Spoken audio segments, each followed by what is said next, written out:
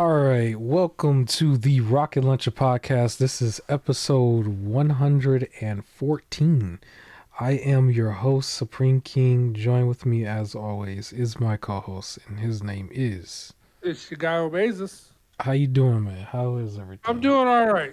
Cough and everything. And as we were already talking about before Coughing. the podcast, rest in peace, Power Rangers. Hasbro seems to be done with it. But other than that, I'm all right.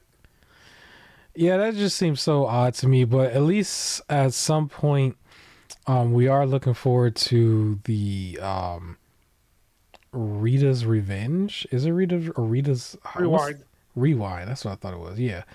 So we look into the beat 'em up game is going to be very similar to Teenage Mutant Ninja Turtles, Shredder's Revenge, and some of the Teenage Mutant Ninja Turtle Cowabunga collection games. So just the Power Ranger version. I would hope that in the future, this can come back in a big way with someone else.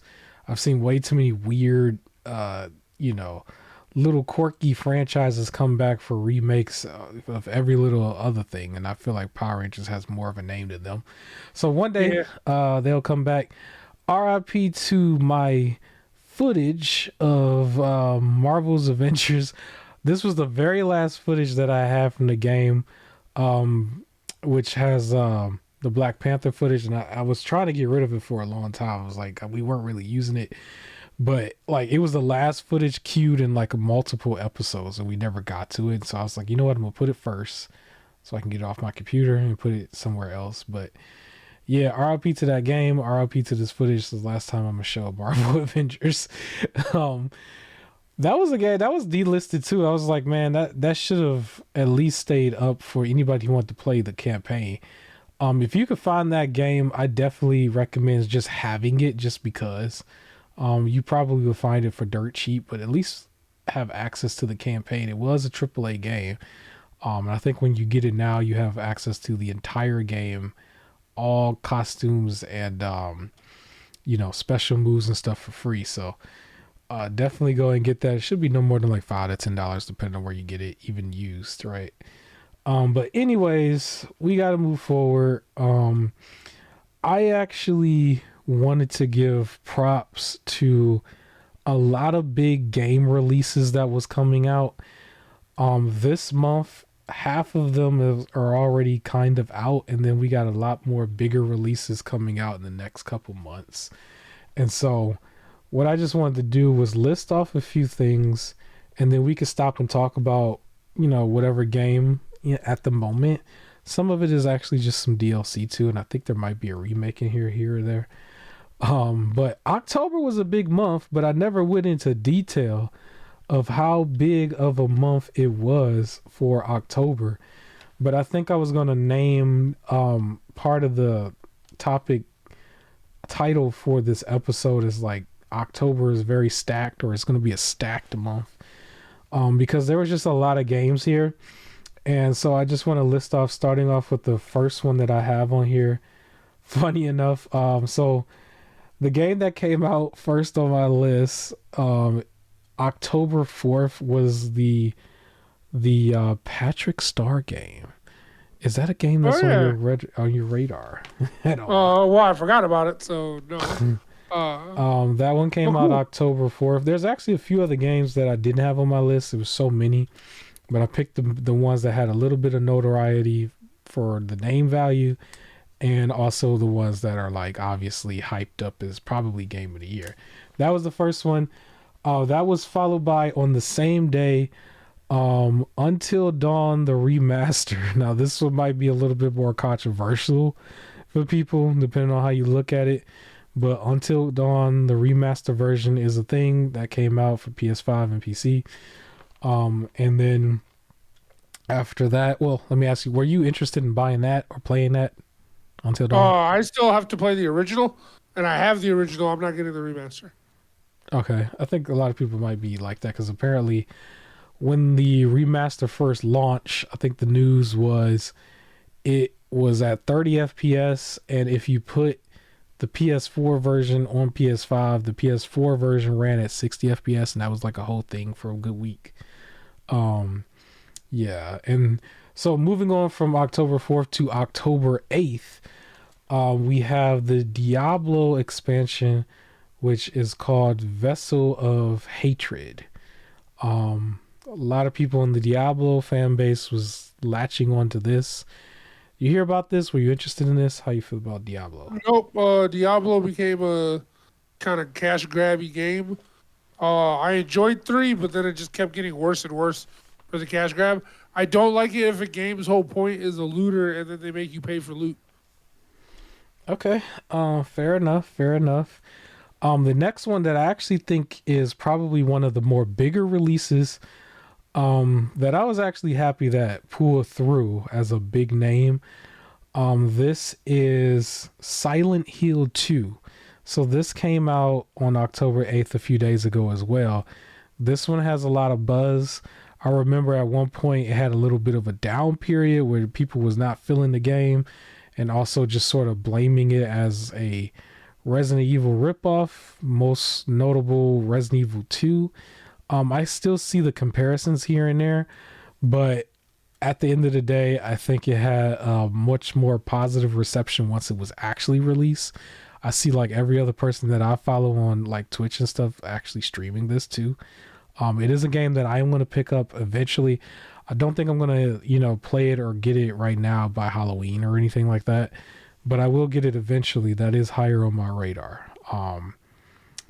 That one I think might end up in a game of the year category. It's weird to say that, but it seems like it has the hype right now. So it's pretty good. Now, the other game that I want to mention most definitely has the hype. And this is a game that is releasing tomorrow officially on paper, but has already been released for a number of people in early access if you pre-ordered it. And that is the hottest game at the moment right now, Dragon Ball Sparking Zero. Very, very hot right now. It's so many people who bought this, so many people playing this on stream. You know what's crazy? My I have a coworker I just spoke to today where he's hesitant on buying a lot of games, but he told me he bought the $100 edition. I was like, yo, Hey, you bought the $100 edition of this? I don't care It's what got any internet everything. people, what Hmm. any internet people want to say when they try and call Dragon Ball Z mid and do all that other stuff. Look, it's a big deal for people, and they just need to deal with it. Tenkaichi 2 was the main one that I played. I had a very brief period with Tenkaichi 3, but at the time, I think pretty much everybody was getting ready to move Uh, on to PS2 to PS3. PS3. But yeah, I played all Tenkaichi. of them. Anything that came, like all the ones that came out through like the mainstream ones Hmm. from PlayStation up, like I played it. So I played Dragon Ball Z, yeah, Tenkaichi 1, 2, and 3, Budokai, Budokai 1, 2, 3, Tenkaichi 1, 2, and 3, Sagas, Raging Blast 1 and 2. Hmm. Uh, I played through all of them. I think Funny enough, Sagas Tenkaichi. doesn't get mentioned a lot, but Sagas was one of my favorites. Okay. I think Tenkaichi 1 I did play briefly. Tenkaichi 2 I think was perfected. I felt like Tenkaichi 3 was a little broken. I didn't really play the PS3, Xbox 360 games. I do remember they broke the rules a little bit. They threw you Super Saiyan 3 Broly at one point and Super Saiyan 3 Vegeta, right? It's just like they just threw him in there. What And one ifs? of Yep. yeah, they threw him in one of them games, and that was kind of like the gimmick for the game at one point. Um, but yeah, they came out with this one. This one absolutely has paid for that other game that they released, which I think was like their Dead by Daylight looking game. I forgot what the name of it was, but Yeah, this I don't know. definitely pays for that. That was like I think it was Dragon Ball The Breakers. I think is what they Oh called it. yeah. It came out. It was $20, and then they literally was like done with it as soon as it came out. But yeah, big game right now. I think it was like, well, did they say it was like 30 something Gokus in there or something like that? Like, I think there's 17. oh, There's like 17 Gokus. I could be yeah, wrong. There might be 30. But when I counted 17. Maybe it feels like it. Like every version of Goku from all the series so far. And I would definitely expect them to be like working on like different versions of Dragon Ball. Is it called Dogma? What is the name of it? The new Daima, show? Daima? Daima, yeah, Yeah. Yeah. Well, I don't know what I said, but yeah. Dogma. Every time they come out with a new character there, you better believe that's going to be a DLC on here going forward. I was telling a friend of mine, I was like, man, you paid $100 for this, and you know they're going to come out with like even more. You're going to have to pay more. He was like, yeah, I know, but at least I have everything right now. I'm like, all right, bro. But you know what? Xenoverse 2 lasted for a really long time, so Yeah, maybe this one but yeah, will hold its weight. I Mm-hmm. don't necessarily mind extra DLC, especially if it's like all we're doing is releasing these few characters. We don't really have more story for you, Mm-hmm. but we're gonna like. I would hate it if they were like, we don't have more story for you, but we're gonna release the exact same game with more characters and Yeah. charge you full price versus just buy the characters you want. That was something I appreciated about Xenoverse, and it was something where I noticed growing up. When you look at it, like the Tenkaichi and the Budokais and the Raging Blast, where like number one always went up to the Cell, or it was the same, yeah, the Cell Saga. Number two went up to the Boo Saga, and number three did GT, and then they would restart every Mm-hmm. single one. So you get more characters, but then you get the extra saga. Where really, if you just waited like till the third one each time, you'd have the full story.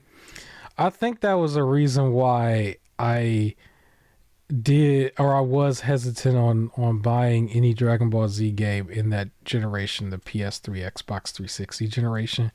Yeah, Because if you were coming from Dragon Ball Tenkaichi 3, right? Budokai Tenkaichi 3. That particular game, they found a reason to turn practically everyone in the show into a playable character to the point where they didn't even have the dude's name. They called one of them was Frieza's soldier. Like yep. they didn't even have his name. He was in there for like maybe a split second, but they still made him a character.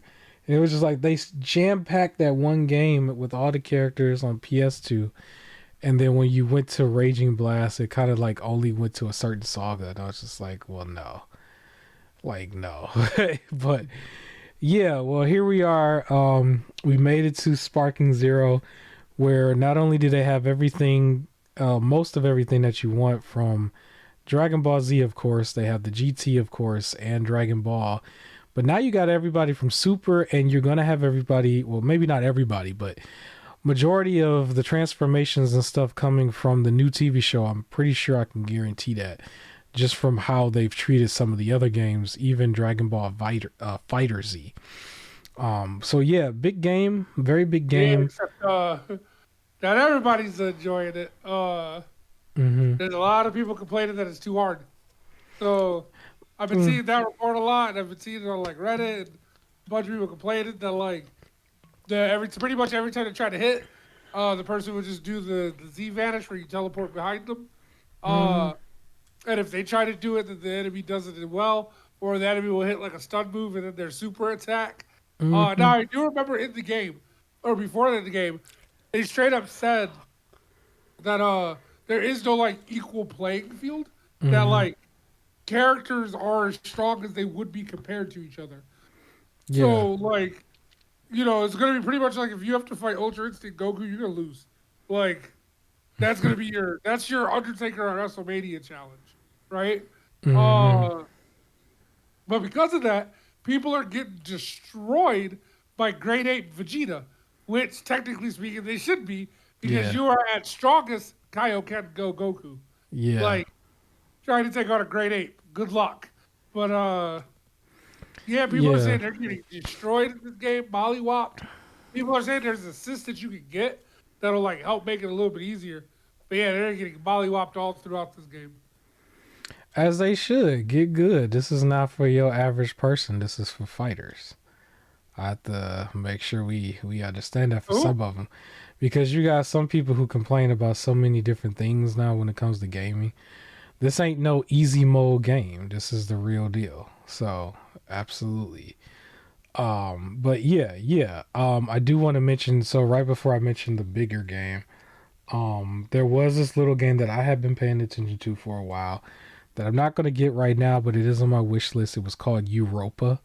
This also came out on the same day, so I know it got ate up. But Europa was that game Nintendo was like showing on a lot of their showcases and stuff where you're kind of like flying around in this Breath of the Wild looking area or whatever, like gliding through, and it was like a platformer, you know.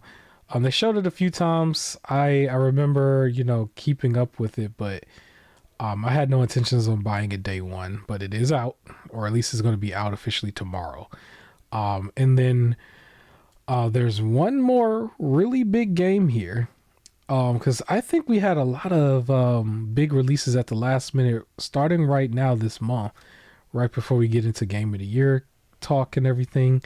But Dragon Ball Sparking Zero technically right now is going head to head with another big game that's called Metaphor Refantasio. This also is set to release the same day, which is tomorrow. But people Ooh. were having early access, and also the demo was making big rounds as well because the demo gave you about 20 plus hours worth of content. This is actually going to be a game that's going to give you well over 100 hours worth of content in general. Uh-huh. Shout out to the game on screen, Persona 5 Tactica. It was made by the same people, or published at least by the same people.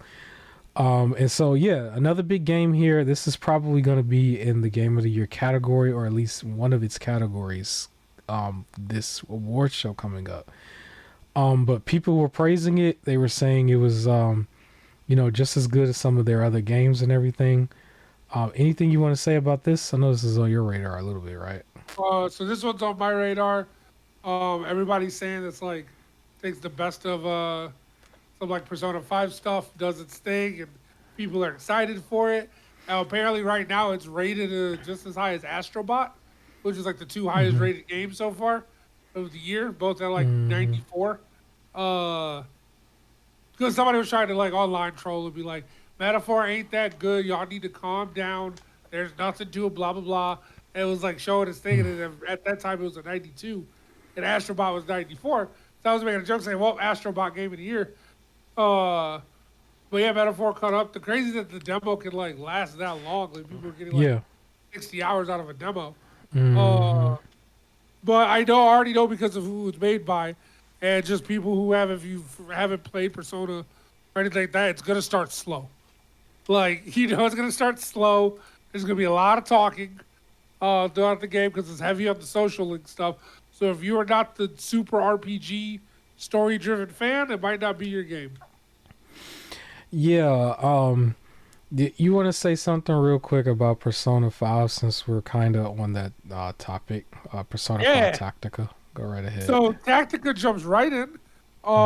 Uh, you don't need to have played Strikers, but you should have played Persona 5. Okay. At least Persona 5 or Royal. Uh, the two characters exclusive to Royal are not mentioned here, but you Okay. can get them as DLC. Okay. It is a turn-based grid style game versus just the turn-based like battle. So Mm-hmm. positioning matters. So like hiding behind the barrels means you don't take any damage. Or there's half cover where you'll take like half damage. Your moves can only hit but so far, and you have to traverse around the map as you go through. Um, so it involves a lot more strategy. What's nice is if Joker dies, you don't just auto lose. So your whole party has to die versus in Mm-hmm. Persona 5, if Joker goes down, that's it. Right. So like the current mission that's on here, the guy in the suit, he doesn't fight, and I have to get him across the map without him pretty much getting hurt. Uh, so I got my 30, and we can like take the high ground and all that other stuff, take out all these enemies. Has its own interesting little story going on. It's a nice return to the characters, especially when you spend that much time in Persona 5 Royal, and like You said you these because these characters become like great in your mind. Like you love these characters. Uh, I get what like the book readers do when they like really love like a character and they're just like, oh yeah, it's like I want to know more about them and read more about them. It's like that's what happens with Persona 5. You spend so much time getting to know these characters that like it was like, well, the game's over. I don't know what to do now. So Tactical is a nice return that I get all my characters back. I know people were saying they wanted to see another full blown Persona 5 game where they were like in college. I But want Persona 6. So some mhm, people want a Persona 6 to take place in college so they're not stuck with the high school trope anymore. mhm. I think it should be new characters just because this game or these characters now have had three main games and then like characters have been moved or Joker at least was in Super Smash Brothers. I think there was a another game that was even on the 3DS if I'm not mistaken, or was it the Vita? One of the two. Uh-huh. So yeah, it's about time that they get a whole nother franchise or another like the next one, basically six. Yep. Because they had So this one in like every category now, right? yeah, I wanted 6 to be new characters. Like I wanted to be new characters, but I did Mm, also want it to take. I didn't want it to be them in college. I wanted it to be a more college setting. mm, Uh, to see how the stories and the dynamics change. Um, but you know they like to do their high school. Anime loves their high school protagonist hero. Like mm, all the weird situations they get into, and it'd be like, yeah, they're 16. And you're like, oh, that's gross mm. sometimes. So I'd prefer if they were like older, especially because for those that play Persona 5, the whole teacher maid thing, like, would have been a little less uncomfortable if they were all 18 year old. Yeah, a lot of their situations made it more fitting if they was Yeah. in college, So I think it's for because my own personal. mm, I would like them to be in college so I don't feel as gross as it goes through it.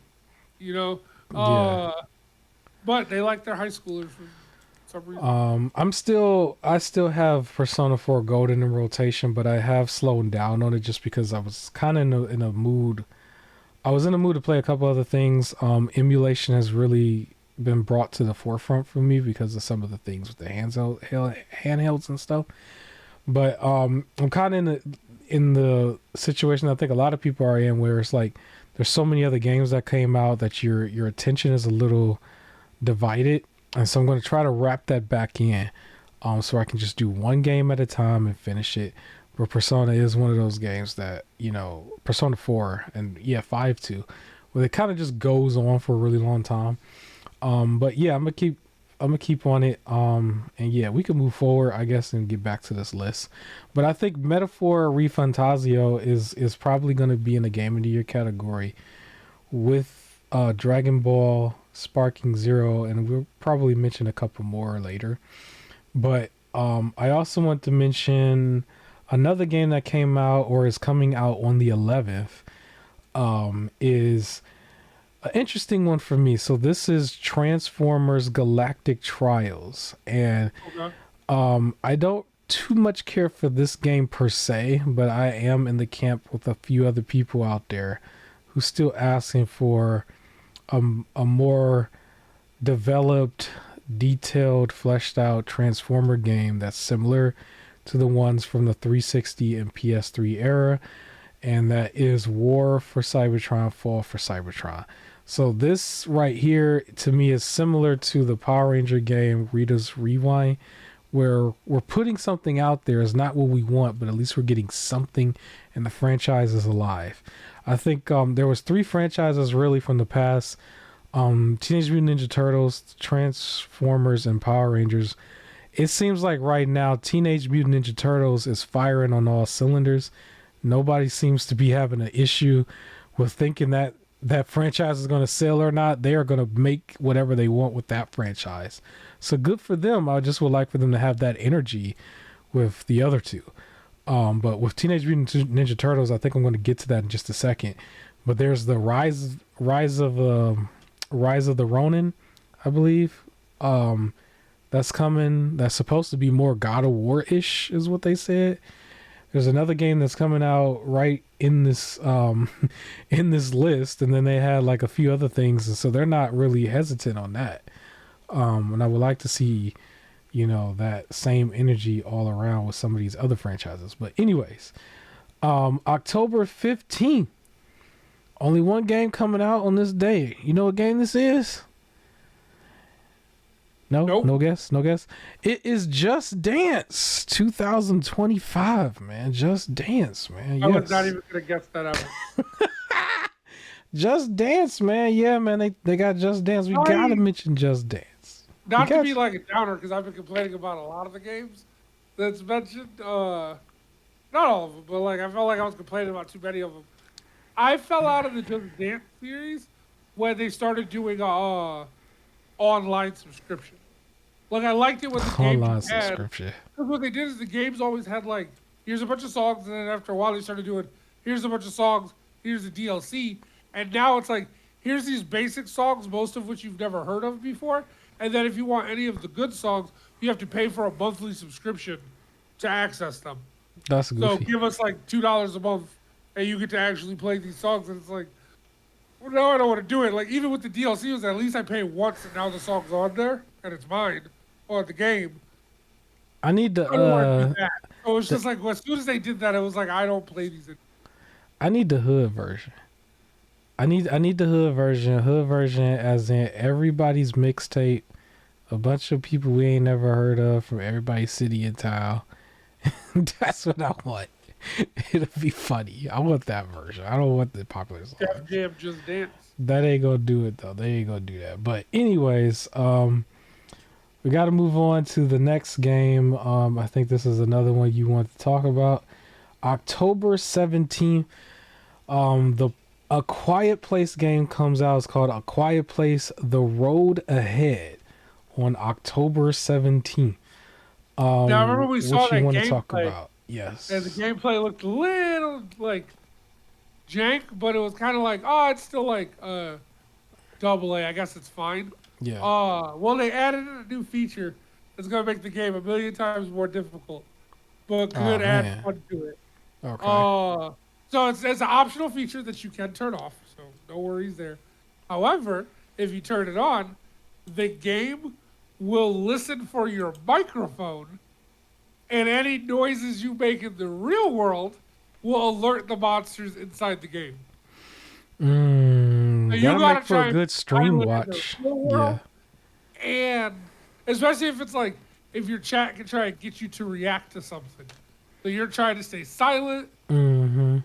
and then the chat makes you laugh, and then the monster comes and gets you. So that should be a fun thing. Maybe it'll be horrible for me because I breathe heavy and I keep coughing, and I can't be in the zone, and then my cat just goes meow, and then I'm just dead. Like I'll like lose it. So I wonder how that works with someone who, like, if they are streaming but they get like loud alerts or something on their like dashboard or something. Maybe the game won't hear if it, it but registers to the microphone, then they yeah, need to have a like, good microphone. because when somebody gets raided or something, or somebody spends money or something, they always super react at the moment. I just wonder how that would be. It would be funny just to watch, but I wonder how that would be. But it makes sense. That actually makes it a lot more interactive. That makes it make more sense for the dynamic of the game. I can only imagine how much even like crazier it would be if they made a VR version. I wonder if that's in the works, because like it was all about being quiet.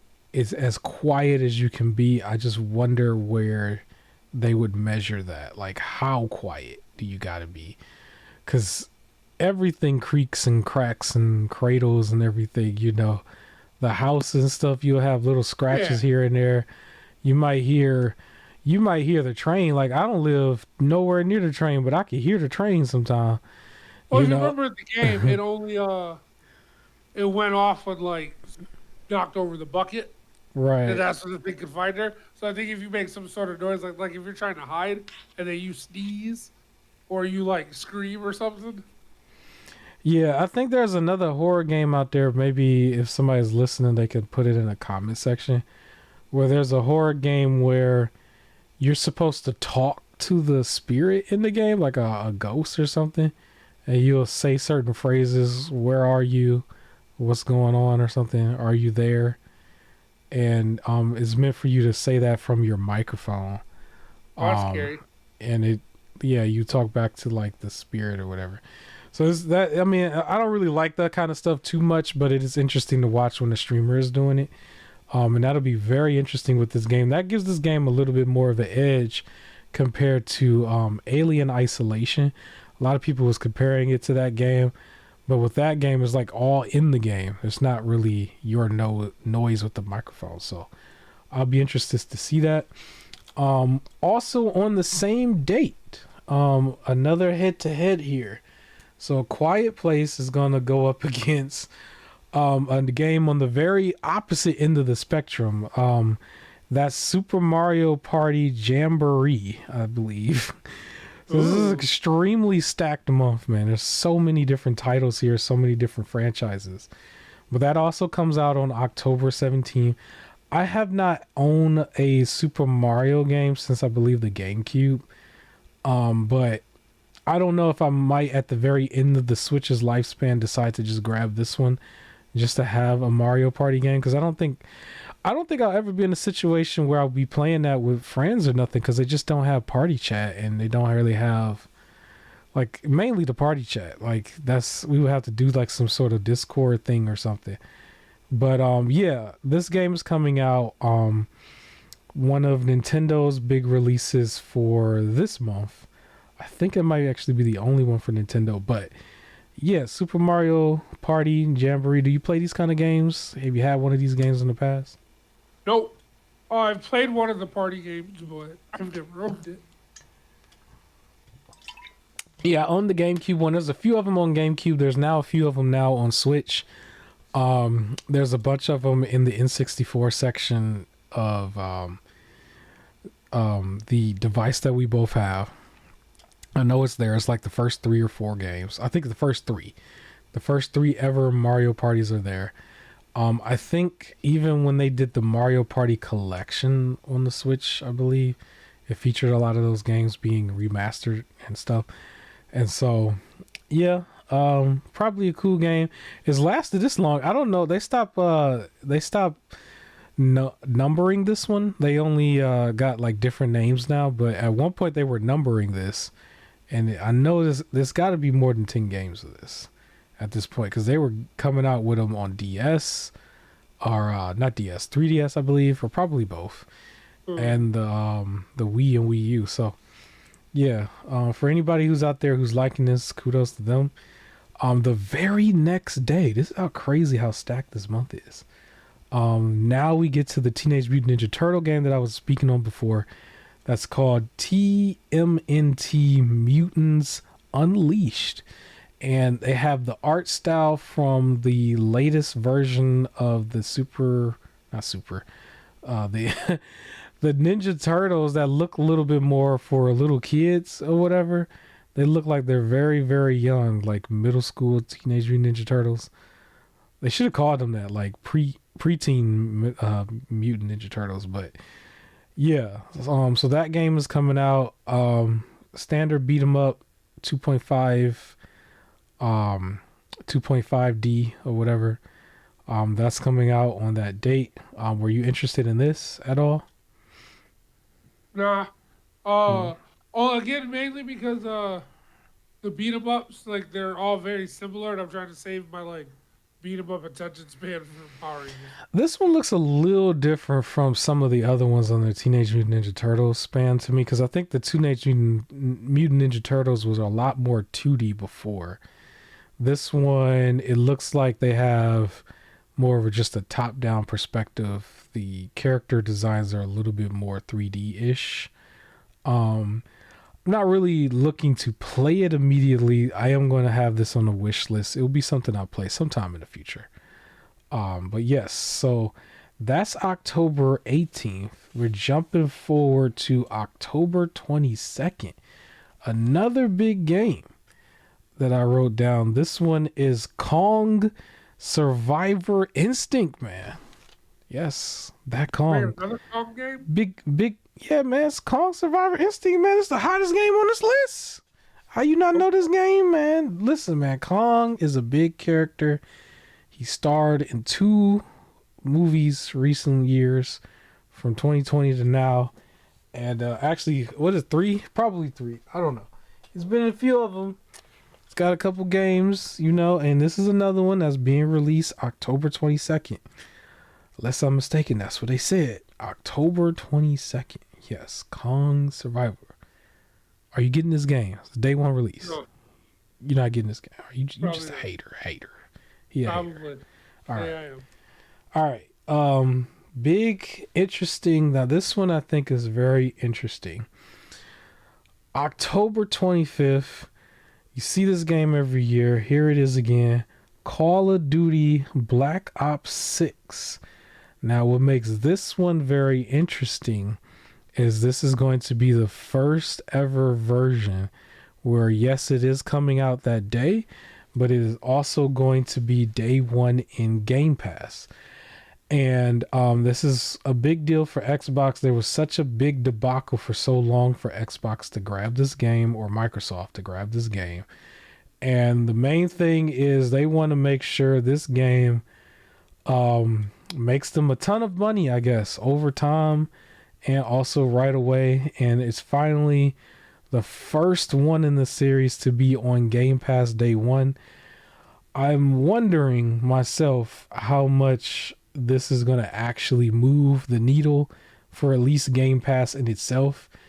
It is going to be very interesting because they couldn't wait until this game came out. They made the increase of the price of Game Pass a few months ago from like $16 to $20, well ahead of this release, but now it's here. Is it going to move over the Call of Duty players? I'm not really sure, because a Call of Duty player to me is somebody who literally plays Call of Duty and nothing else. So I don't think that after so many years, too many of them are going to say, oh, I can just have it in Game Pass. I feel like they're all going to just buy it like they've been doing. But We'll see. I am still really curious to see, like, once they have like some numbers out there, because I think the last time they reported, which was like really early in the year, they had like 30 million subscribers or something. So is this going to move the needle? What do you think? Is this the time? It'll be You really don't think weird so? that, like, if all you do is play Call of Duty, why would you buy Game Pass? You're just gonna buy Call of Duty because you spend $70 a year, right? Like, that's it. Mm-hmm. You spend $70 a year and you get the new game, and that's all you play. I don't think you need to, like, get that. Like, I don't know. It's weird. It might convince. Excuse me. It might convince, like, maybe a couple, like, parents Mm-hmm. who, like, or let's say, like, the dad is a Call of Duty player and he got kids. Well, going on Xbox, if he pays for Game Pass, the kids got a bunch of games they can play, and he can play Call of Duty, right? And now he's doing that for pretty much almost. How much is Game Pass per year? Well, Ultimate is 20 now, 19.99. If you're a PC person, PC Game Pass, I believe, is 12.99 A year? well, not a year. Every month. If we're looking at a year, see, before it was like 180, but ever since they've done the price increase, I mean, 20 times 12 is what it is. What is that? Oh, That's I don't know if they're gonna spend $240 a year for that, because originally if it was like mm-hmm. if it was like maybe 2 Call of Duties worth, Mm-hmm. right? Like if it was like 120 to 140 a year, then I can Mm-hmm. see again doing that where you're like a parent, you get your Call of Duty, and you don't have to keep buying games for your kids. They can just play what's on Game Pass, and problem solved. Mm-hmm. But I don't know if 240 is enough to convince.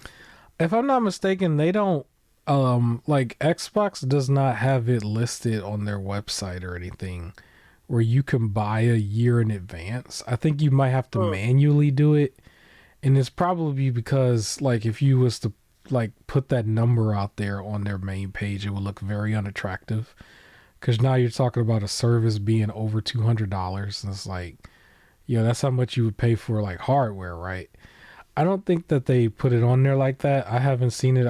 I've tried to look a couple times for myself back when it was at its cheapest, but um they have it set up where it's monthly by default, and that's the most attractive way to look at it. But I think I do think it will probably move the needle a little bit with families, because families have their kids where it's like, I just want you to have something here and you gonna play what's in that. But then Call of Duty is like a much more notable game where it's like, oh, Call of Duty's in there and you have all this rest of this, all of this stuff.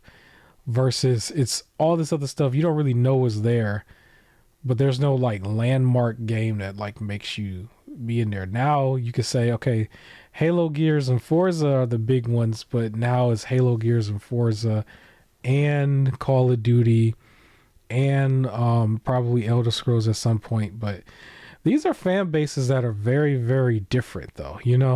Like I don't know how I would convince somebody like who's always playing Call of Duty. You got, access to Elder Scrolls. It's like I don't think, I mean, I'm pretty sure there's some people who probably play. It doesn't seem like I would convince a Call of Duty player to get Game Pass, because Elder Scrolls is also in it. Maybe Forza, because Forza is a little bit more like, you got your shooter, now you got your racer, now you got, because the way it usually works for somebody who's only playing these kind of games, they got the sports, and then they have Call of Duty, and then GTA. And so a racer would go along with it. That would make sense. A lot of the sports end up in Game Pass every year as well. It's just not right away. But we'll see. This will be a big deal for them. I don't think Call of Duty is one of those games that's like probably going to be mentioned for Game of the Year. Maybe one of the categories, but not Game of the Year. It doesn't matter, as Call of Duty is going to outsell everything else that's in Game of the Year anyway. It's like in a whole league on its own. But we'll see. We'll see. The same day.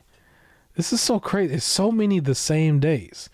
The same day as Call of Duty releasing, we also have Sonic X Shadow Generations. So that is going to come out.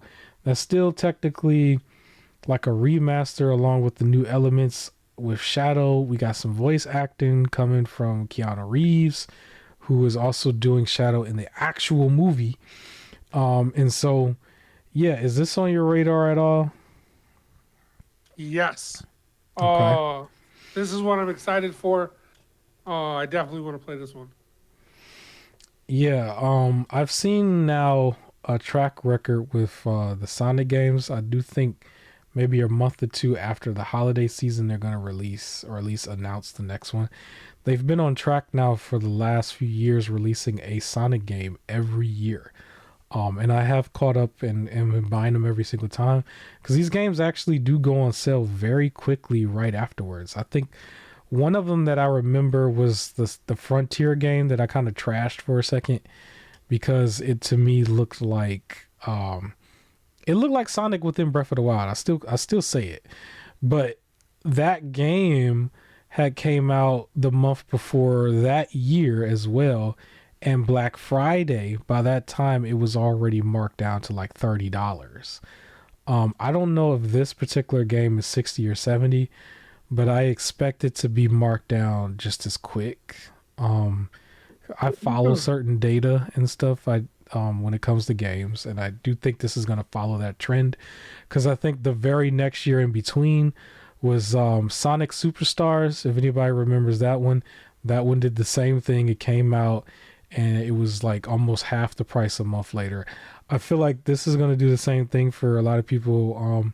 Just go back and look at the data if you can. If you research it, you probably save a lot of money with this, but still probably gonna be a cool game to play. I think Sonic does look good in this particular game. They've been a little bit more hit than miss with Sonic this generation compared to last generation, and especially 2 generations ago. Because before 2 generations ago, it was like way more miss than hits. But Yeah, here's another one. You got another game for Sonic. Expect another one next year. Um, all right, same day. Here's another release. This is East 10. I hope I said it right. That's YS10. East 10 Nordics. The 10th Okay. game in the East series. Anybody into the action RPGs, action JRPGs. This is a big one, has a big franchise, big name for anybody that's into it. It doesn't really have a big name amongst some of the superstar games that are more notable here in the West. But anybody that's into these type of games, they treat it like it's a big game, you know. But this is definitely an East game. But yes, big game for me. It's on my list, just like the other games. I don't think it's going to be anywhere near game of the year or any other category, unfortunately. But it is going to be a big game, and I'm here for it. Have you played any of their games, the East series? Any of Nope. them at all? I haven't. Okay, quite a few of them. For anybody who is wondering, most of them are all on Steam, and there are a few of them that is stuck on handhelds like the Vita and maybe the 3DS. I have to double check that, but one of the older handhelds. So if you don't have that, you might have to do emulation if you really want to follow the timeline. Just so you know, I wrote it down somewhere because I'm going to do it myself, and I already bought majority of these games already. I do have East 8 and East 9, fantastic titles. Um, the next one, October 29th, for anybody out here who is into this game, Life is Strange. I just thought I would put it out there. Life is Strange Double Exposure, I believe, is the name. Big game for a certain crowd. Not really for me, but I think they gave one of their games in the past was given away for free on either Epic or somebody on Steam. Yep. I think it was Epic, but yeah, one of them games was given away for free. I haven't actually gotten around to it. You familiar with the series? Is this something on your radar at all? Not on my radar, but I'm familiar with it. Yeah, so it has a big name to somebody out there. I know. So yeah, Life is Strange, double exposure for anybody who likes these type of games. This might be like 3 or 4 in the series. Um, I don't know if the stories are connected, but if anybody is trying to get into it, start with the first one if it is, or just jump straight to this one. Why not? October 31st. So now we're in Halloween territory. Funny enough, we only had what I think the Halloween game was actually Silent Hill 2. You would think there would be a lot more developers that make these horror games to come out during this month, but I guess they didn't want to touch some of these heavy hitters, unfortunately. So only Silent Hill came out during this month. But October 31st, probably another big game. I don't know if it'll be game of the year, but for some people it is. Dragon Age Veilguard. This is one of your games, right? We talked about this in the past, right? Is this a day one Yep. release? How you feel? Or day one buy? How you Not feel? not day one, but very soon after. It's one of the ones where I'm excited for it, but because it's been so long since the last one, and I questioned some of their choices, that I'm afraid I'm gonna get burned on it. So Mm-hmm. it's like I just need to hear, and it doesn't have to be like everyone in the world that's just like, it's a great game, or like there's gonna be some people who trash it regardless or call it Yeah. woke. I'm looking for the fan base of Dragon Age for somebody to go, I'm enjoying it. That's all I need to get Mm-hmm. this. I just need to know that it's not universally like I'm afraid I'm gonna get it and they're gonna Saints Row it. That's what I'm Yeah. afraid of. That's what I don't want. As long as I know it doesn't have to be the greatest game in the world, the greatest follow up in the world. It doesn't have to be an innovator or anything. I just need it to be good Right. and enjoyable. And as long as it doesn't Saints Row it, I'll get it very soon after. So like even that weekend, where it's like not even day one, but like that weekend following, it's like all right, let me go pick this up. Uh, I have a friend who's going to pick it up day one.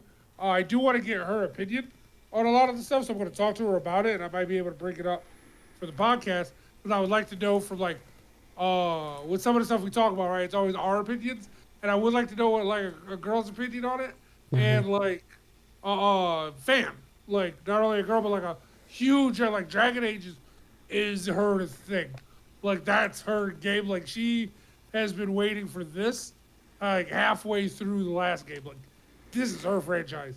So I'm interested to get her take on it because I know she's getting it day one. So Do they have like a big collector's version of it with like a statue or something?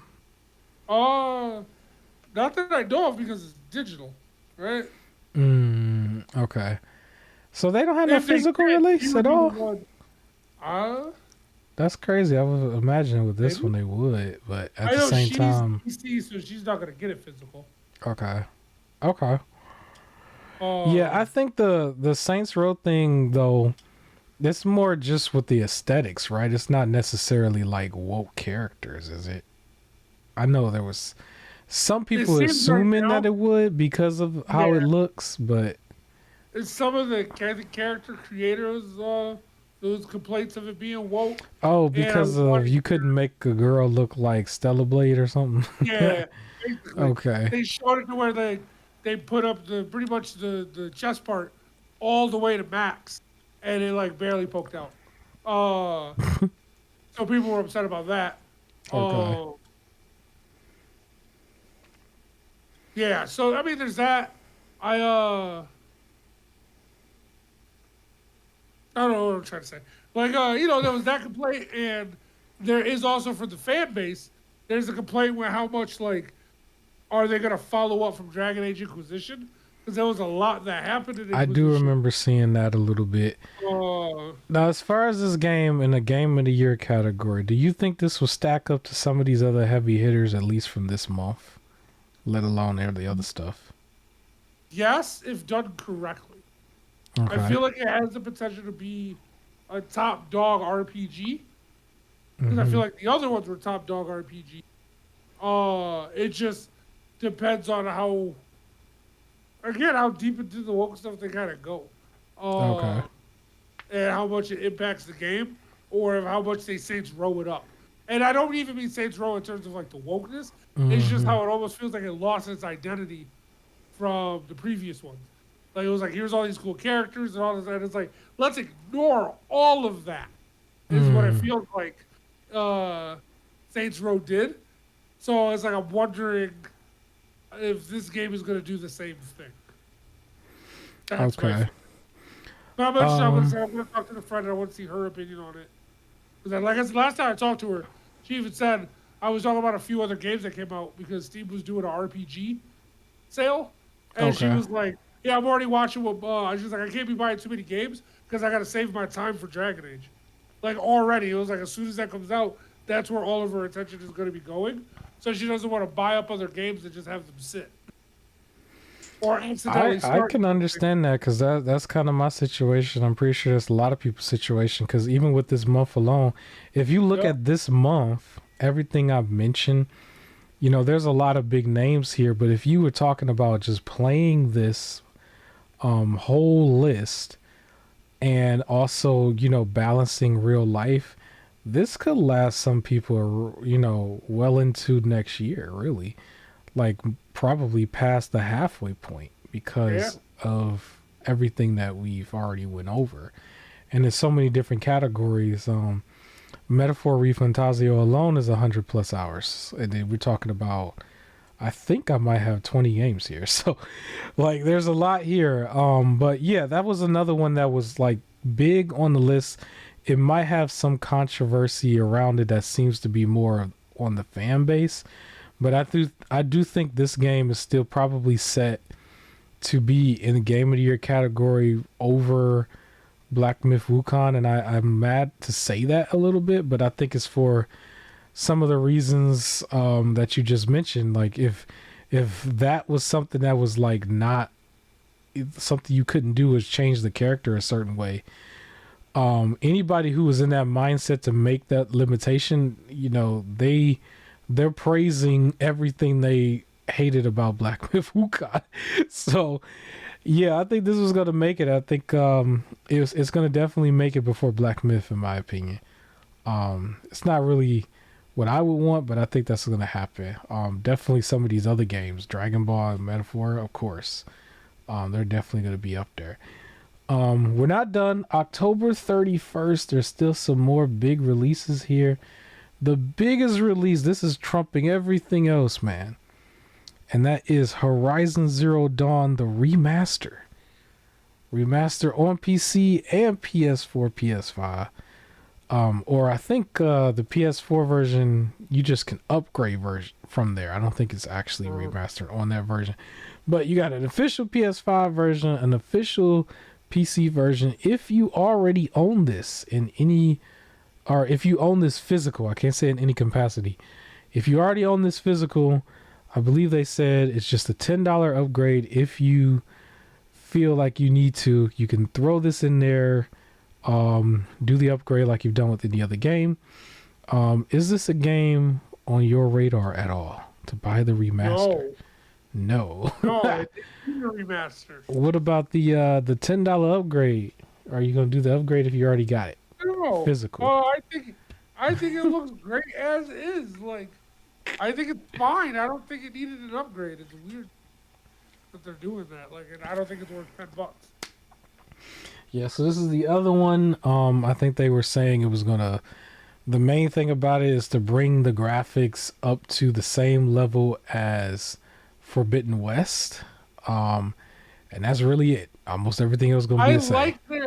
I like there to be an upgrade when I go from game to game. Mm-hmm. Like, I don't need the upgrade to happen like within the same game. Just like, I want the next one to look better. So I don't need you to bring the previous one to the next one's quality. Especially if it hasn't been like generations in between. Like a game where it's like the last one was on PS3 and then this one's on PS5. So now we're going to remaster the PS3 one so you can remember what it was like as you go into the sequel. That's one thing. But like, it didn't look that bad. It didn't need a redo. But whatever. I don't believe it was specified, but there are complete versions of this game out there on disc and regular versions of this game. I would imagine whatever disc you have in there should work for the upgrade, but I don't think it was specified that the remaster version has all the DLC in it. Maybe it does. Maybe we can figure that out right now if you want to help me out, but I don't think they've ever really mentioned it.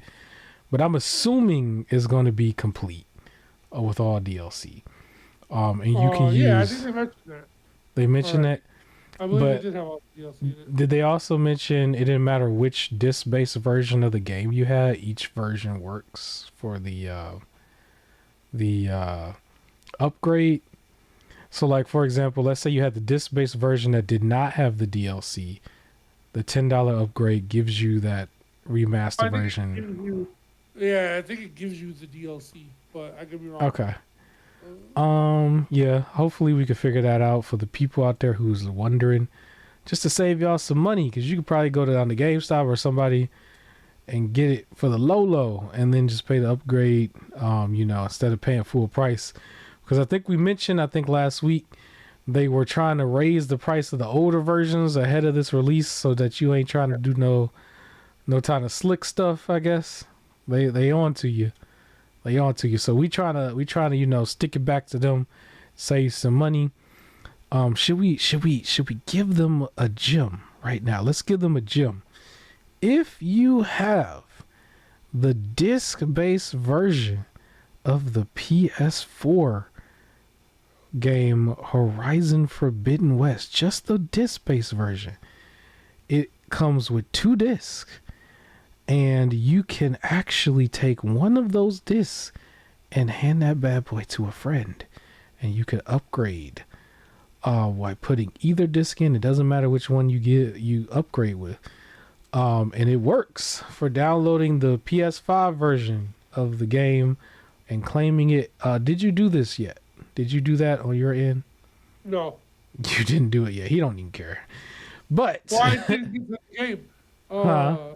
I didn't get to the game. So Yeah, but it I was mean, it would like, have been it would have been just delete something, install it, upgrade, and then delete it again. So like I just didn't well, do you all could that. have just so you don't have to actually install when you get the upgrade. You can just put it in there and just like claim it. And so that's what I meant. Like, did you at least claim it? But I guess you didn't. So for anybody out there, you can claim it. You don't have to install it yet. You can just put the disc in there, claim the upgrade, and take it back out. So at least if there's some funny business going on going forward where somebody figures out the loophole, they stop you and say, no, you can only put it in from this one disc and you got to always use that one disc. I don't know if they're going to look into it that far, but just know the PS4 version, it had two discs, so you and somebody else can go half a half or whatever. You can hand it over to a friend. You only need one disc to use the PS5 version. Um, all right, the very last game I have on my list is kind of a bonus because I don't think this is on too many people's radar, but also on October 31st. Actually, you know what? This might be in the horror category a little bit. This is a game called Shadow of the Damned Hell Remastered. The original Shadow of the Damned was a game that was stuck in the PS3, Xbox 360 generation, with only the Xbox version being backwards compatible with the Series X. It was almost like if it was an exclusive for me. It was a buying factor for me for Series X, actually, funny enough, when I very first got it. And the reason was because if anybody is aware, the original developers of this game was the people who worked on Resident Evil 5. And say what you want about Resident Evil 5 as a story, there's controversial here and there. The pure gameplay development was improved upon with this game. The developers moved on from that and just made this. But it it doesn't have the same complaints that people had from Resident Evil 5. Is like they worked on all the complaints that people had for the gameplay, made their own story that was unique, and that's where this game came out. It was stuck in that generation. Out of nowhere, they said, hey, we're going to remaster it. I honestly think this is going to be probably a game that's going to end up on both platform, Xbox and PlayStation's like PS Plus and Game Pass at some point, because I think this remaster is not really that expensive. It's very similar to Lollipop Chainsaw, where it was just like, here's a game from that generation, we remastered it real quick, and we only want like $25. I think this is also priced the same way. So I'm hoping that they give this away on one of the platforms so I can claim it on one of the platforms. I have a really big suspicion that that's probably going to be within the first 4 months on PlayStation next year and in Game Pass at the same time, sometime next year. But if anybody wants to buy it, I think this is very cheap and it's just a remaster from the past. They brought it up to modern consoles. And that's the last game on this list. Very stacked month. If anybody wants to go out there and Google it and look at some of the other games, a few more games out there that had like no notoriety, or I probably thought it was trash, and so I didn't put it on this list. But yeah, stacked month. Almost everything here is on my wish list already. A few things here I think I am going to buy before the new year. And I think one of them might be Silent Hill or Metaphor Refantasio for sure. Depending on, whatever else I'm playing. I definitely think Sonic X Shadow is going to go down in price right away. And I think, I said the Shadow of the Damn game is going to probably be on the next, one of the next PS Plus games, one of the next Game Pass games in the first 4 months of next year. Other than that, anything here that you think is a game of the year category? Anything that we went over so far? So I think again, Dragon Age could be Dragon Ball Sparking Zero could be. Um, those are probably the main two. From Okay. this month that could be up there. Surprise hit, maybe Sonic and Shadow, depending on like Hmm. how good it is. I wonder Uh, would that. Well, you know what? Resident Evil 4 remake was up there yep, last year, right? So I guess yep. we opened up the floodgates a little bit because I would have said wouldn't that be disqualified a little bit, but I don't know. Maybe not. Uh, Maybe not. But I don't yeah. think so. Oh, but looking it up, it does look like as long as if you have some old version of Horizon, Hmm. you get that upgrade, so you get the DLC. Well, that's at least good to hear that. I am glad that when they announced it, they did not like tell you it's like full price no matter what, and that they gave you that ability. Because I think they would have really had uh a bad like prep bad rep over this because it was already starting. But when they said initially you can upgrade, it was like, oh, okay. I think a lot of people are more used to the $10 upgrades. I still feel like I still don't like the $10 upgrades overall, but it's like the Uh, lesser of two evils when you really think about it overall. Because the idea of telling somebody no matter what you got to pay the full $60 or $70 for this is kind of crazy. Because it would have been true. 70. It wouldn't have been 60. It would have been 70. And I think it is. Is it $70 for anybody coming straight up? Yep. Yeah. So no. No. All right, I'm gonna do the our Epic Games thing, but real quick, anything you want to say about this boss on the screen? Uh, Lords of the I was Fallen. looking at the screen. Which boss is this? Lords of Hold the on. Fallen. It was Oh, the this guy on the. cheese of a boss. Okay, so this junk was cheating. So I mean, it's a cool boss and Okay. everything. My issue was for the first half of trying to fight him, I can always identify what my mistake was. The problem is you were just getting cheesed. Like you would get like it's like I dodged that. Oh, that was cheating. This is cheating. Like so you were having those complaints, and for me, I could always identify what move where it was like he stalled a little and I dodged too early. Hmm.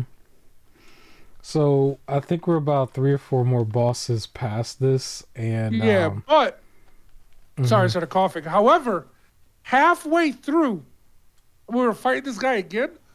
All of a sudden, it started cheating me. Mm, Where we finally figured out the pattern, or where I did, yeah. and I stopped making mistakes. Then all of a sudden, at the start of the match, he'll run at me with his horse. I'll dodge past it. He's already away, and then I'll fall forward, and he'll just say I took damage, like a delayed hit. And it's like that didn't happen, and he was gone. Yeah, I think at some point he Then was also doing his fake outs like 2 or 3 times in a row yep, in his there like was that. last phase. But then the Um, one that would upset me the most is he'll do a move where he stabs his spear forward, and it's supposed to puncture you and then spread out like vines. He'll hmm. stab it forward. I'll dodge out of the way, and it's clearly to the side of me. And then it will just turn and just slide into me from the side, and I take full damage and I'm stabbed. Like it was Pause. almost uh, okay. It was almost like trying to say that like it was a graphical delay that I didn't Okay. actually dodge it, or it was like a stutter.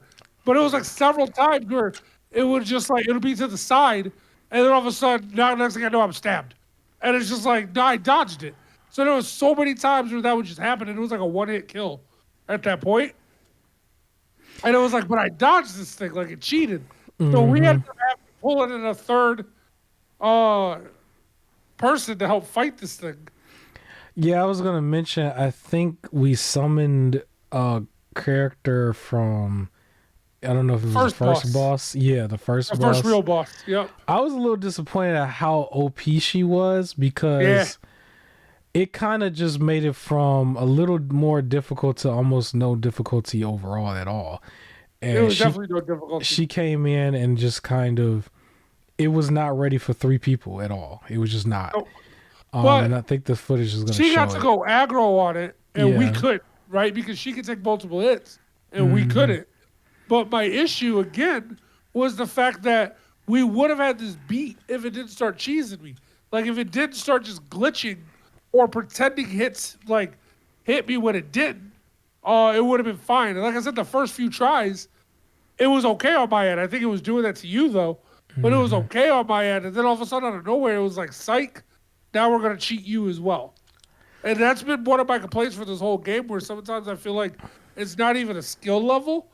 It's straight up like, does the game want to glitch today? Yeah, I don't know if I don't think we're halfway through it, but we don't play it as consistent as we play some of the other games. We've taken a lot of breaks in between. I think we're going to do it again for Bound for Glory. We're going to watch Bound for Glory, and so Yep. yeah, because we normally play the games and stuff on Saturdays. There's been a couple of times where we didn't, like when we was messing around with the Ambernick 40XXV.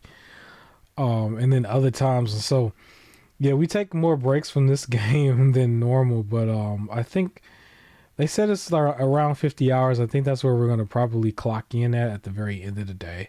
But I think right now we're close to 20, if I'm not mistaken. 20 hours in. But yeah, we're playing this once a week. It's definitely not Elden Ring. It's definitely not the Elden Ring DLC. Anybody out there, you're gonna have a much better time with Elden Ring. This is for somebody who is like, you've played Elden Ring before the DLC came out, and you're just itching for another challenge, I guess. Or if you just you want to play another Souls game. The biggest draw for me was that it was a Souls game where you can play from start to finish with another person as co-op. Sorta, because there's some things in there that was not really advertised with the game, that I think should have been advertised. Like, one person is a little bit more handicapped. I think because it's your world that we were in, I don't get certain power-ups, and then the opposite is I get all of my souls, or all of my... You get to keep your souls in between deaths, but you can't also, like, you can't revive me at all. Yeah. However, if you die once, you're dead. Where if I die, I go into the zombie world. Yeah. Then also, you don't get to pick up items. Yeah, so it's not even. And I wish that was a little bit more, like, explained in detail before, because before it wasn't. It was just like, oh, it has co-op. But yeah, anybody out there that's trying to play a Souls game, I would say this is not where you would want to start. But it's still a Souls game. If you're into them, it's just another one. It's not going to be From Software, but it's definitely not the one you want to start with. Definitely start with either a From Software one or easier one. Like I always say, Cold Vein. I've had videos on it on the past. Yeah, Remnant will probably be more fun co-op and stuff. I can't really speak on it solo. Remnant is still also more of a shooter based for anybody out there, just so you know. But yeah, let me go ahead. I'm gonna move forward. Definitely past the middle point, but I do want to mention Epic Games as the platform that gives out free games. We talk about it every single week. Just because free is free, we put people on. And I actually thought, I looked at this list, and I thought that it was a little bit more interesting this time, because I went ahead and looked at some of the trailers and the description. And even though these aren't main games, they're definitely not on the level of the big list that we just mentioned. But they're decent games that people can play. The first one was Empyrean Galactic Survive. I looked at this in detail a little bit. It looks similar to what you would see from No Man's Sky or a Starfield kind of thing, but just not as detailed, obviously not as polished, obviously not as, AAA-ish, right? But anybody who's into that, they want to play another game, this is in that category. It looks very similar to No Man's Sky to me. And then Outliver Tribulation is interesting. They called it African mythology meets survival horror. This one also looked very interesting. It was a third person action adventure game. You can shoot at the creatures and stuff. You play a girl with braids, black girl with braids. I'm not sure what the African mythology is. I actually do not know African mythology that well. Um, I don't look at it as the same as like Greek mythology. I didn't know the details, but this game is available right now with the other one. They're both available until October 17th. Definitely go check those out under Epic Games. Remember, you don't need to have your credit card or debit card. You can just have a profile that you create with any gamer tag that you like that's available, and you can claim these games, a lot of the other games. And then when you do get a PC, if you don't have one, you log in, it's all there. Same thing for the handhelds. Next week, October 17th to October 24th. Another interesting one. This was Invincible Presents Adam Eve. Yeah. This one is more of a novel based one. I wonder how far they go because it's a superhero ish looking game, but it's rated M, and it's rated M interesting enough for blood and gore, intense violence, Well, yeah. strong labor. Have you seen Invincible? I Yeah, I know Invincible, but I didn't know the game was gonna be like that though. I thought But yeah, like it's part of the show. It's what they do. So like all yeah, funny and fighting and things like that. And I think the game is like more just introducing Adam Eve more, yeah, her character, which should be like similar to the episode right before season 2 came out. But no, yeah. Invincible's a violent show. So Yeah, I guess I wasn't really expecting it just for a I guess a novel, I guess, or novel-ish looking game, but yeah. So it has all of that. I don't know how long it's going to be, how far they go with it, but it is free for next week. That's still technically a big name in itself, at least in the TV show world. But yeah, they got a game here for anybody that's interested. And then the last one next week is called Cardboard Kings. Card spelled with a K. Cardboard Kings. And that to me almost looked like a card game that meets The Sims. Kind of like that. I do want to mention Adam Eve was probably given away for free at some point before because yes. when I clicked on it, it said I had already owned it. I don't remember it, but I owned it from at some point. But yeah, the cardboard game, it definitely looks like The Sims in a way, but then they have like a card game element to it. So, check all that out. That's 4 games from this week to next week. So all free. Don't complain. It's free. But I actually think they got something cool there for this week. I also want to mention. I didn't really want to put this in another category. Well, I'll get to that in a second. But I do want to mention for me, I don't really have any other sales at all. But I did want to mention I am purchasing, or I actually did purchase, a 1 terabyte SD card that can go into either the Steam Deck or the Steam Deck or the Rogue Ally. I'm actually going to put it in the Steam Deck for what I mentioned before, so I can make sure I have PS2 and GameCube stuff ready to go. So when I dock it, I have my retro station up. I could play any game right then and there. That's what I'm doing. The card that I'm talking about, I'm actually going to put a link into the description. I think it runs at like 70 something dollars, but I was able to catch a really nice sale because I was using my Amazon. I got it off Amazon, so it's going to be an Amazon link, but I was using a discount that I have, through Amazon and my credit card. So I dropped it down to like around the $50 range, or I think $50 even.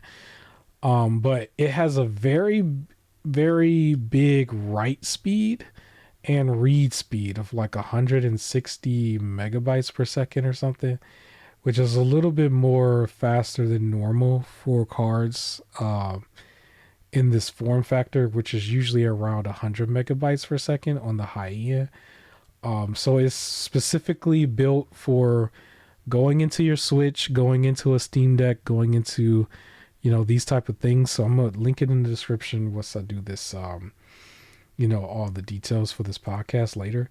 I did want to mention that, and then the last thing I want to mention, it can be a category in itself. We could transition away from that. I showed you Nintendo's new toy that they created. So this is called Nintendo Alarmo. Are you familiar? You watched that trailer? Yeah, that monstrous alarm clock. It's kind of one of those things where it's like, who asked for this? But it looked like it got somewhat of a positive reception. I'm a little bit more negative about it for me, but I'm not gonna hate on it really. I'm just like, I didn't really ask for it. I'm more salty that this came before party chat. I'm like, at the last minute you could have figured out a way to do party chat. But no, we gave you an alarm to wake you up in the morning, I guess. Basically, yeah, it plays different music to wake you up, and it goes off a motion sensor as well, so it'll start getting louder and louder, and it waits till you stand up out of the bed, and that's when it'll cut off. Yeah. Oh, no, I can't, because imagine trying to get just 5 more minutes of sleep when the alarm goes off, and then, like, Wario is just yelling at you. Like, I can't Yeah. Very, very strange thing, but yeah, they made this thing. I don't actually know if they gave a price for it or a release date. They just had the trailer out there, and I was basically going mainly off of the trailer from what I was seeing. But it does look like it has relatively 80+% positive reactions, 20-ish or less negative reactions. But yeah, I have no like I don't want to buy it. I'm not going to buy it for myself, at least. I'm not. Everybody who watched it most likely has their own alarms that's on their phone. I don't know who out there still has an old school alarm, but at least everybody has one from their phone. That's pretty much what you're going to use. But it might be one of those like novelty things where people might buy to collect if they just really want it, like a prop or something. But it just seemed weird. Like, it would be interesting if they had a gimmick where it was like it's counting down also until the Switch 2's like announcement or something. That would have been kind of cool. But they would have to like guarantee a Switch 2 announcement day. Yeah, I don't know, but yeah. Anyways, I just wanted to mention that here, and then we can move on to the last couple topics I have, and then we can get out of here. I didn't think we were going to go this long, but the next thing I actually want to mention, which really doesn't have to be harped on that long, but Xbox. I wanted to talk about Halo and 343 Studios. Have you heard of the somewhat of an announcement that they just made regarding this studio, 343 Studios? Nope. All right, so apparently this got a little bit of a buzz, but apparently 343 Studios is now going to be renamed to Halo Studios.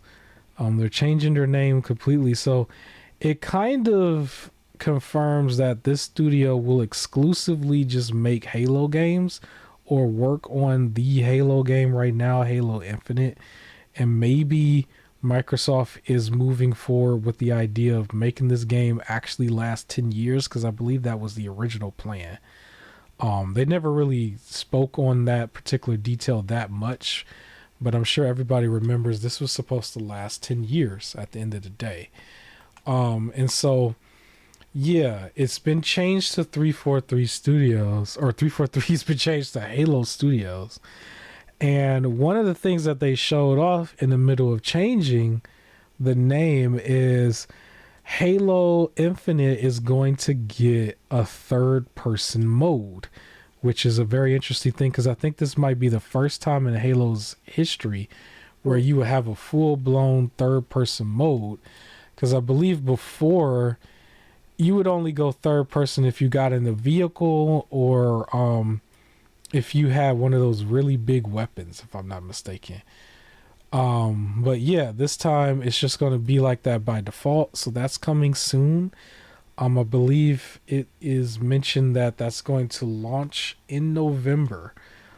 This upcoming November. So they're ready to go with this. And it looked like that had very positive reception from the fan base. This idea of a third-person Halo.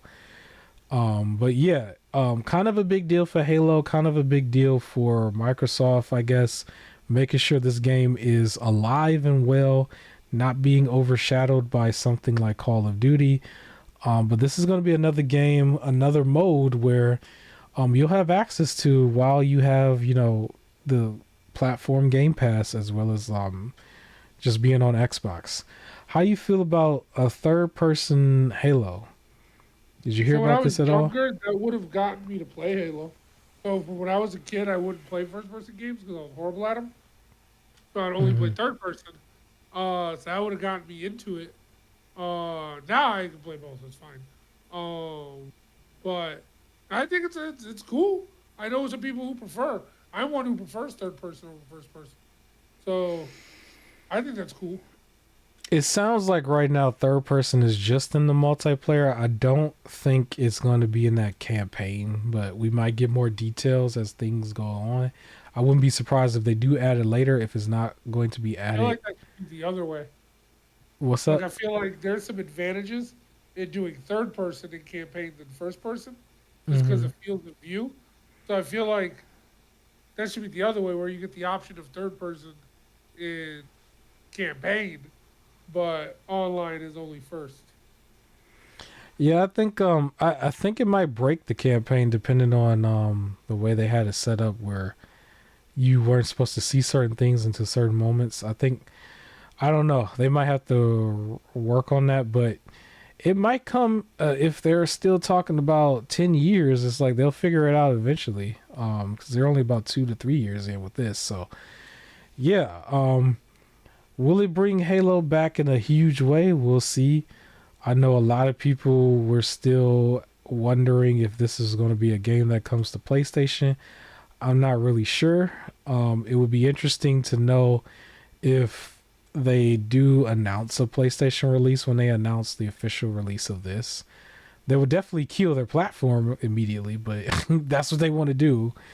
More power to them. But at least for the gamer, third person Halo, right around the corner. That'll be a very, very big deal.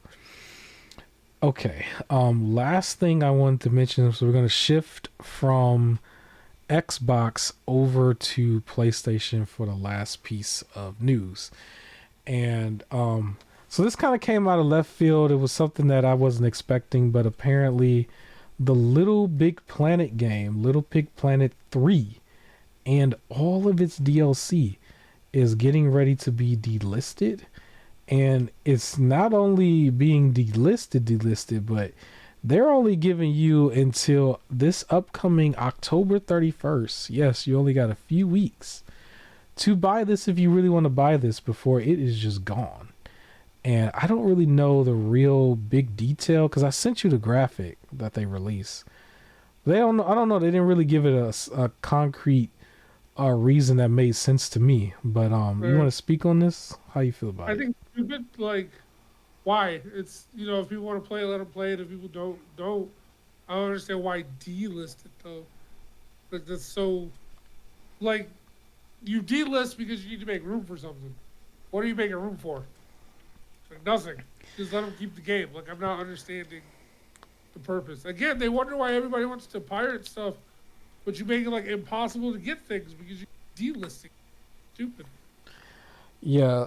So they mentioned the game was 10 years old. Um. And I double checked online. Apparently, the game right now is listed as being for 1999. I actually don't think that I have it. I'm not really going to be in a hurry to try to grab it. If I did grab it, I would probably still aim to go for the physical copy version, which I think would probably cost the same thing or maybe less. But I I'm think not I got really. it through PlayStation Plus. You have it on PlayStation Plus. Yeah. Yeah. Greatest hits PS4 version, if I'm not mistaken. Yeah, was this a launch game with the PS4? Maybe I believe so. Because if we're talking 10 years ago, that's 2014. That would have probably been close to a launch game. Um, I wish that if they were going to do this, I think it's crazy that they're doing this because that also opens up the conversation that we've been having for a really long time now about the importance of physical gaming and the dangers of digital gaming. Because something like this can just happen to any game at any moment for no real like concrete reason that makes sense to the customer or the gamer, right? But yeah, it's 10 years old. I do think if they were going to do this, that they should have given you a lot more time to buy this. Like announcing it that it's going to be delisted within the same month is crazy. I feel like you know how they had like the Wii eShops and the 3DS eShops, like there was some time given there where you really had some time to get whatever you want, even with like the PlayStation, PSP and stuff. They moonwalked a little bit. They were trying to go right away and get rid of it, but they moonwalked and gave you some time. It doesn't seem like they're giving you that much time here. I feel like this should have at least been announced and they gave you 1 or 2 years or something. But 2 weeks is crazy. I don't even know why that is. Like, why does it? It Why seems would like it they've matter? been done with this though. So it says in March 2021, servers got some DDoS attacks. Uh, and as a result, they had to like the online servers were temporarily shut down. The PS4 ones were brought back on in Mm-hmm. September, like 4 or 5 months later. But the Okay. PS3 ones were never turned back on. And then in Mm. January 2024, the PS4 servers were temporarily shut down due to a malicious game mod that caused users to be falsely banned from PlayStation Network. Then in April, they were permanently shut down due to Mm. ongoing technical issues, which meant about 10 million online community levels were like lost Mm. because the server got shut down. Uh, so a bunch of the fans who did play it really upset, and then in October they're like, "We're just getting rid of it." Man, it's kind of crazy because I could jump on Steam and they got games that's like just sitting right there forever, where you can just simply Yeah, play it. But I guess it is what it is. Do that's what it anybody? got me thinking with. I was Yep. trying to figure out because I was like, I could have swore there was something that came out after Little Big Planet 3. They Hmm. stopped calling it Little Big Planet. It was Sackboy: A Big Adventure. Yeah, so that's the PS5 game that I believe also went to PC at some point. Yeah. And then if you were a PS Plus member, I think this was given to you at some point as well. Um, yeah, You I know do. what other one I have? In my Mm-hmm. phone, I wrote Little Big Planet 4, is what it said in Hmm. my phone. So I don't know now if I meant Sackboy or if I meant 3.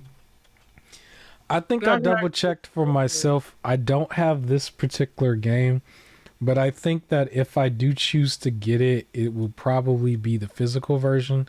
okay. Especially if the physical version is also $20. I don't think this is going to be something that's going to shoot up right away, like in price. You might have somebody who wants to be a douchebag out there and attempt to do it, but Yeah. I don't think it's going to be on the same level as like the scalpers. I think the scalpers, if they don't want to scalp the PS5 Pro, I don't think they're going to scalp this really. So I wouldn't worry about it too much. Plus, it's probably not on your radar compared to any of the game I went through in the first half of this Yeah. podcast I was gonna say I anyway. don't think there's anybody who's been like, "Oh, I've been meaning to play Yeah. that." But I'll let the podcast know if I do buy it by that date because that's something I'm just gonna pay attention to. Like if there is a $12 physical version on Amazon or something, I'll probably check after the podcast. I'll definitely let people know if they really want to get this, but $20 is not really gonna kill it for anybody. But I mean, you still have I have access Little to Big Planet Sackboy. 3. Yep. Yeah, I do have Little Big Planet 3. yeah, I'm looking now. yeah. And I have It's Sackboy: A Big Adventure. I have both. yeah, yeah. it's unfortunate that these type of things are happening. I'm really still happy that there is a physical version of this that's out there. There's plenty of disc of this physical version that's out there too. So just like Marvel Avengers, you have access to still have this and play it. I don't like when things. It's almost like when an animal goes extinct. In a way, it's like they're trying to make this like games going extinct. It's like, there's value here. But shout out to emulation. I do know probably 10, 20 years from now, this is going to be emulated no different than anything else. No different than anything else in the past. I'm having a blast with some of the stuff in the past where you would have never thought would have been emulated so easily. This is probably going to be one of those things, and it'll be their fault if anybody's going to be mad about it years later. Hey, if you get rid of it, I mean, you leave the player no choice. I don't know what to tell you. We're out of gaming topics, but go ahead. Yeah, I'm sorry. It does seem like this game, for Little Big Planet, has just been a pain on their side. Like it does seem like it's like constant server shutdowns, and then they can't bring back the custom level. So it's like you can make a custom level, but you can't share it. Any of them that you grabbed, Okay. you're good. But like our online services, every time they try and turn it on, something keeps going bad. So it seems like they are just trying to just get rid of this. Okay. But But at I mean, least they're not going for it. single player wise, the base game, anybody should be able to download this. Anybody should be able to buy this and just Yes. play it for what it is And and move on. you might want to look. I don't know if you want to look through the DLCs. Mm-hmm. They have different like character costumes. It Yeah. covered a lot of games. Yeah, I saw that. It was just ongoing too. It was so much because I was looking for when they said all the DLC out. The first thing I was thinking of was like, oh, maybe it's like actual DLC content, but Uh, majority of it is like all costumes and stuff. So yeah. anybody buying the base game, you're good to go if you wanted to just buy the base game. But yeah, I almost feel like what they should have done was like announce that all the DLC is free, throw it on PS Plus at the last minute, you know what I Yeah. mean, and then like get rid of it a year from now, but give the people the chance to get it. I don't know, because some people are not even gonna know because it's just a tweet, right? It's not even really like people wouldn't know. But anyways, we're out of topics. I do want to mention real quick, 60 seconds. Your thoughts on Joker, I the already said sequel? I didn't want to see part two. Like as Hmm. a DC fanboy, I didn't want to see a musical. I think Joker partly is overrated to a Hmm. degree. Like, and I hate that people. There's so many people, it's like, especially there's a lot of girls out there who just they idolize this, like, oh, Joker Harley Quinn, or like, I'm Harley looking for my Joker. And as a person who like reads the comics and like watches stuff, it's like, you realize Joker does not love Harley. Like, he ignores her and only cares about Batman, right? Like, y'all understand Hmm. that, don't you? That he completely, like, that's not a good relationship to like try to model after. Uh, but so many people is just they're so obsessed with Joker and Harley. But I already knew this was gonna be bad. Ha ha, it was bad. Like, and I think it's just it wasn't. I don't know who it was for, right? Like the Uh-huh. first one took Joker, but was about it was a whole movie about pretty much how bad the mental health system was. It wasn't a comic book movie. It was a social commentary movie that just happened to use the Joker. I was surprised it did as well as it did. I thought it was Hmm. decent enough uh, for what I was trying to tell, but to call it a comic book movie is wild. But then when they announced the second one as a musical and all this other stuff, I'm like, I don't know who it's for. Yeah, I don't know what And happened there. Because I think Joaquin got an award the first movie and stuff. He had like a yeah, big speech. He was considered a big star for that whole summer. uh, Which I think was like 2019, right? If I'm not mistaken. uh, And I even remember like it even sparked a mini outrage in real life where people were trying to dress up like the Joker in their hometowns and wreak havoc together.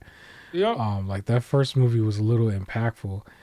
Um, I wanted to bring it up because I remember when I first started the channel, I promised to make a TV movie channel as well.